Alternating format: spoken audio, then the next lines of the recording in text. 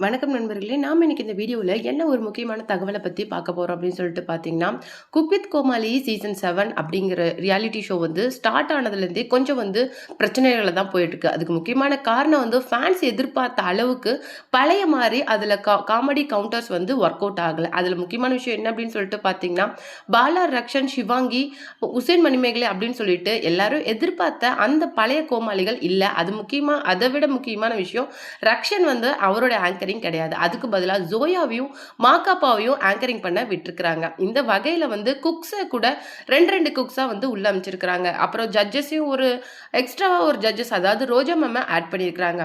இந்த வகையில CWC season 7 வந்து நியூவா வந்து டீம் வந்து லான்ச் பண்ணியிருக்காங்க. ஏன்னா லாஸ்ட் சீசன் 6 வந்து அந்த அளவுக்கு போகல அப்படிங்கிற ஒரே காரணத்துக்காக தான் சீசன் 7 வந்து நியூவா வந்து அல்டிமேட்டா லான்ச் பண்ணியிருந்தாங்க. இந்த வகையில இந்த சீசன் 7ல ஒரு சின்ன பிரச்சனை போயிருக்கு. அது என்ன அப்படின்னு சொல்லிட்டு பார்த்தீங்கன்னா, வாட்டர்மெலன் ஸ்டாரான திவாகர் வந்து கோமாளியா இன்ட்ரோடியூஸ் ஆயிருக்காரு. அவரை வந்து மாகாபா, புகழ் மற்றும் கானா வினோத் 3 பேரும் சேர்ந்து தாக்கிட்டதா அவர் போலீஸ் ஸ்டேஷன்ல கம்ப்ளைண்ட் பண்ணியிருக்காரு. தான் ஒரு மருத்துவர் அப்படின்னு சொல்லிட்டும் தன்னை வந்து 3 பேர் தாக்கியிருக்காங்க. நான் ஒரு மருத்துவர், நான் ஒருத்தனை 3 பேர் தாக்குறது எப்படி? அது மட்டும் இல்லாம மாகாபாலாம் 24 ஹவர்ஸும் குடிச்சுக்கிட்டே இருப்பாரு. என்னை இரும்பு ராடால கால்லயே தாக்கியிருக்காங்க. அதுக்கான நான் ஹாஸ்பிட்டல் போயிட்டு வந்த அந்த எல்லா இதையும் பில்ஸையும் ஆட் பண்ணியிருக்கிறேன். அவங்க மேல தக்க நடவடிக்கை எடுக்கணும். அது மட்டும் கிடையாது, மாகாபா கிட்ட அதிகப்படியான விசாரணையை நடத்தணும். ஏன்னா என்னை தாக்கும்போது அவர் கன்ஃபார்மா நான் சொல்லுவேன் குடிபோதையில தான் இருந்தாரு. அது மட்டும் கிடையாது, கானா வினோத் என்னுடைய கேஸ்ட், அது மட்டும் இல்லாம என்னுடைய அம்மாவை பத்திலாம் தப்பா பேசியிருக்காங்க. இவங்கள சும்மா விடக்கூடாது அப்படின்னு சொல்லிட்டு ரொம்பவும் ஆக்ரோஷமா அவர் யூடியூப்ல நிறைய சேனல்ஸ்க்கு இன்டர்வியூ கொடுத்தது மட்டும் இல்லாம அவருடைய பர்சனல் இதுலயுமே அவர் தன்னுடைய வீடியோவா பதிவு பண்ணி வச்சிருக்கிறாரு. நாம இந்த வீடியோல என்ன ஒரு முக்கியமான தகவலை பத்தி பார்க்க போறோம் அப்படின்னு சொல்லிட்டு பாத்தீங்கன்னா, கானா வினோத்தோட நண்பரான அமித் மற்றும் அவருடைய மனைவியான ரஞ்சினி 2 பேரும் இந்த விஷயத்துக்கு ரியாக்ட் பண்ணியிருக்காங்க. அவங்க என்ன சொல்லியிருக்காங்க அப்படிங்கிற விஷயத்தை தான் நாம இந்த வீடியோல டீட்டெயிலா பார்க்க போறோம். வீடியோக்குள்ள போறதுக்கு முன்னாடி நீங்க நம்ம சேனலுக்கு புதியவரா இருந்தா மறக்காம நம்ம சேனலை சப்ஸ்கிரைப் பண்ணி ஃபாலோ பண்ணிக்கோங்க. அமித் வந்து கானா வினோத்தோட ஒரு பெரிய நண்பர்னே சொல்லலாம். அதாவது சிடபிள்யூசிக்கு முன்னாடியே அவங்க பிக் பாஸ் சீசன் 9ல 2 பேரும் நல்ல ஃப்ரெண்ட்ஸா இருந்தாங்க. அதுவும் அமித் வந்து எவிக்ட் ஆகி வெளியில போகும்போது அவர் கானா வினோத் கிட்ட என்ன ஒரு முக்கியமான விஷயத்த சொன்னார் அப்படின்னு சொல்லிட்டு பார்த்தீங்கன்னா, கண்டிப்பா நீ வெளியில வந்த உடனே என்னுடைய வீட்டுக்கு வரணும். நீ என் வீட்டுக்கு வரல அப்படின்னா பார்த்துக்கோ அப்படிங்கிற மாதிரி நிறைய விஷயங்கள சொல்லிட்டு போனாரு. ஏன்னா உள்ள இருக்கும்போதே அமித்துக்கும் சரி, கானா வினோத்துக்கும் சரி நல்ல ஃப்ரெண்ட்ஷிப் அப்படிங்கிறது இருந்தது. அந்த வகையில கானா வினோத் வந்து மணி பாக்ஸ் எடுத்துட்டு வெளியில வந்த அப்புறமேலு அவருக்கு சர்ப்ரைஸா அவங்களுடைய வைஃப் வந்து ட்ரீட் கொடுத்தாங்க. ஆனா அடுத்த நாளே அமித் தன்னுடைய மொத்த ஃபேமிலிய கூட்டிட்டு போய் கானா வினோத்தோட வீட்டுக்கு போயிருந்தாங்க. அது மட்டும் இல்லாம அவங்களுடைய பொண்ணுக்கு ஒரு கிஃப்டையும் பிரசன்ட் பண்ணியிருந்தாங்க. அதே மாதிரி கானா வினோத் தன்னுடைய மொத்த ஃபேமிலியோட அமித்தோட வீட்டுக்கு வந்தாங்க. இந்த மாதிரி 2 ஃபேமிலிக்குள்ள நல்ல ஃப்ரெண்ட்ஷிப் வந்து இருந்தது. எப்படி கம்ருதீன் மற்றும் கானா வினோத் 2 பேரும் நல்ல நண்பர்கள். அது மட்டும் இல்லாம கம்ருதீனோட வாழ்க்கையில எப்படி கானா வினோத் ஒரு டேக் கேர் பண்றாரோ அந்த மாதிரி அமித்துக்கும் அவர் ஒரு நல்ல ஃப்ரெண்டா இருக்காரு. அந்த வகையில இந்த சிடபிள்யூ இஷ்யூக்கு அமித் மற்றும் அவருடைய வைஃபான ரஞ்சினி 2 பேருமே சேர்ந்து ரியாக்ட் பண்ணியிருக்காங்க. அது என்ன அப்படிங்கிறத நம்ம வீடியோல பார்க்கலாம். ரஞ்சினி வந்து என்ன சொல்லியிருக்காங்க அப்படின்னு சொல்லிட்டு பார்த்தீங்கன்னா, எனக்கு கானா வினோத்தை பத்தியும் அவருடைய மனைவியை பத்தியும் முழுக்க முழுக்க தெரியும். அவங்க 2 பேருமே சாஃப்ட் பர்சன். அது மட்டும் கிடையாது, கண்டிப்பா பிக் பாஸ் சீசன் 9ல டைட்டில் வின்னர் ஆவறதுக்கான எல்லா குவாலிட்டிஸுமே கானா வினோத்துக்கு இருந்தது. ஆனா அவர் ஏன் அந்த தப்பான முடிவை எடுத்துட்டு மணி பாக்ஸை எடுத்துட்டு வெளில போனாரு அப்படின்னு சொல்ற விஷயம் எனக்கு இன்னமும் தெரியாம இருக்கு. அந்த வகையில கண்டிப்பா திவாகர் கூட அவருக்கான நடந்த இஷ்யூ வந்து எனக்கு நல்லாவே தெரியும். கண்டிப்பா இதுல மொத்த தப்பும் திவாகர் மேல இருக்குன்னு சொல்லிட்டு நான் 100% சொல்றேன்.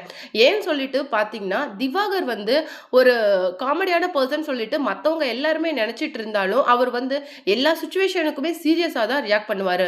நாம பிக் பாஸா இருக்கட்டும் இல்ல சிடபிள்யூசியா இருக்கட்டும், நாம ஃபன்னா கலாட்டா பண்ணா கூட அதை ஒரு பக்கம் சீரியஸா எடுத்துக்கிட்டு பேச ஆரம்பிச்சிருவாரு.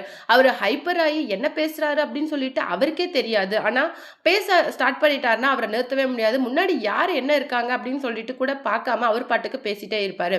ஆனா எல்லாருமே அதை பொறுத்துட்டு இருந்தா கூட பிக் பாஸ் சீசன் 9ல கானா வினோதால அதை பொறுத்துட்டு இருக்க முடியாது. ஒரு கட்டத்துல அவர் சண்டைக்கு போயிடுவாரு. ஆனா அடுத்த நாளே வந்து நான் பேசுனது தப்புதான், சாரி அப்படிங்கிற மாதிரியும் கேட்டுருவாரு. ஆனா இந்த சிடபிள்யூசில அந்த மாதிரி எந்த விஷயம் பர்சனல் வெஞ்சன்ஸுமே கிடையாது. முழுக்க முழுக்க அது ஒரு ஃபன் அண்ட் கலாட்டா ஷோ அப்படின்னு சொல்லிட்டு எல்லாருக்குமே தெரியும்.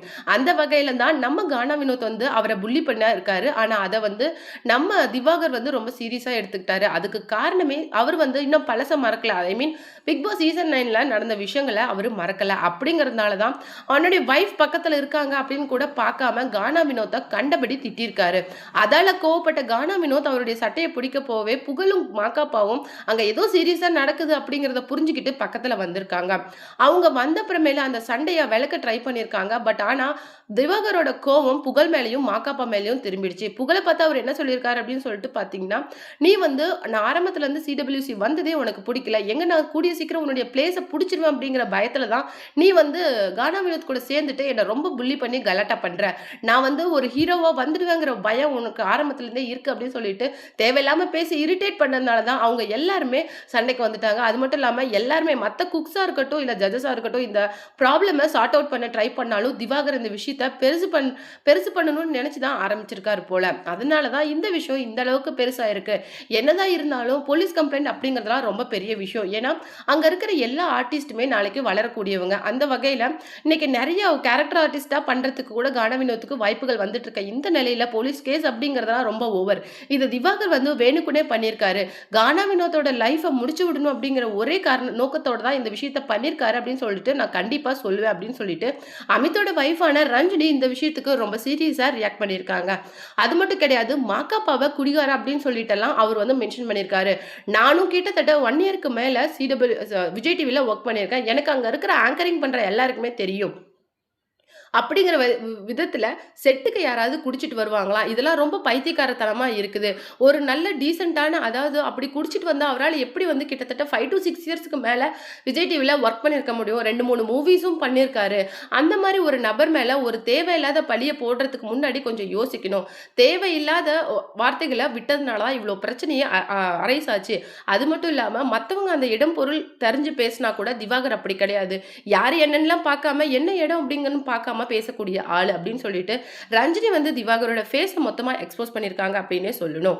இது ஒரு புறம் இருக்க எல்லைக்கே மூவி வந்து இன்னைக்கு நல்லா போயிட்டு இருக்க நிலைமையில பிரதீப் ரங்கநாதன் கிட்ட மீடியா வந்து ஒரு கொஸ்டின் கேட்டிருக்காங்க. நீங்க மதுரை, சென்னை அப்படின்னு சொல்லிட்டு எந்த இடத்துல எல்லைக்கோட மூவி ரெஸ்பான்ஸ் வந்து சூப்பர்பா இருக்குன்னு கேட்டதுக்கு மதுரையில ரொம்பவே நாங்க எதிர்பார்த்ததை விட நல்லாவே இருக்கு ரெஸ்பான்ஸ் அப்படிங்கிற மாதிரி சொல்லியிருக்காங்க. ஆனா ஜனநாயகன் வந்து இப்படி வந்து அன்அஃபிஷியலா ரிலீஸ் பண்ணியிருக்காங்களே அதை பத்தி நீங்க என்ன நினைக்கிறீங்க அப்படின்னு சொல்லிட்டு கேட்டதுக்கு அவருடைய முகம் வந்து சட்டுன்னு மாறிடுச்சு. அவர் என்ன சொல்லியிருக்காரு அப்படின்னு சொல்லிட்டு பார்த்தீங்கன்னா, "ரொம்ப தப்பு ப்ரோ. இது ரொம்பவும் கஷ்டமா இருக்குது. இந்த மாதிரி ஒரு படம் வந்து இந்த மாதிரி உழைச்சு ரெடி பண்ணி கிட்டத்தட்ட திரையரங்குக்கு வரத்துக்கு எத்தனை பேரோட உழைப்பு வந்து இருக்கு அப்படின்னு சொல்லிட்டு எல்லாருக்குமே தெரியும். இந்த மாதிரி பண்றது அப்படிங்கிறது உண்மையிலேயே ஒரு குழந்தைய கருவுல இருந்து புடுங்குற மாதிரி ரொம்ப கஷ்டமா இருக்குது. அது விஜய் சார்ன்னு மட்டும் கிடையாது. யாருக்கு இந்த மாதிரி நடந்திருந்தாலுமே நான் கஷ்டம் தான் படுவேன்" அப்படின்னு சொல்லிட்டு சொல்லியிருக்காரு. அது மட்டும் கிடையாது. இந்த மாதிரி ஜனநாயகன் அன்அஃபிஷியலா ரிலீஸ் பண்ணது லீக் ஆன விஷயங்கள் எனக்கு ரொம்பவும் கஷ்டத்தை கொடுக்குது. இந்த மாதிரி ஒவ்வொருத்தரோட உழைப்பும் இந்த மாதிரி கருவறுக்கப்படுது, வேறறுக்கப்படுதுன்னு பார்க்கும்போது எனக்கு ரொம்பவும் கஷ்டமா இருக்கு. அந்த மாதிரி நபர்கள் மேல கூடிய சீக்கிரமே நடவடிக்கை எடுப்பாங்க அப்படின்னு சொல்லிட்டு நான் எதிர்பார்க்கிறேன். அப்படிங்கிற மாதிரி பிரதீப் ரங்கநாதன் இந்த விஷயத்துக்கு ரியாக்ட் பண்ணியிருந்தாரு.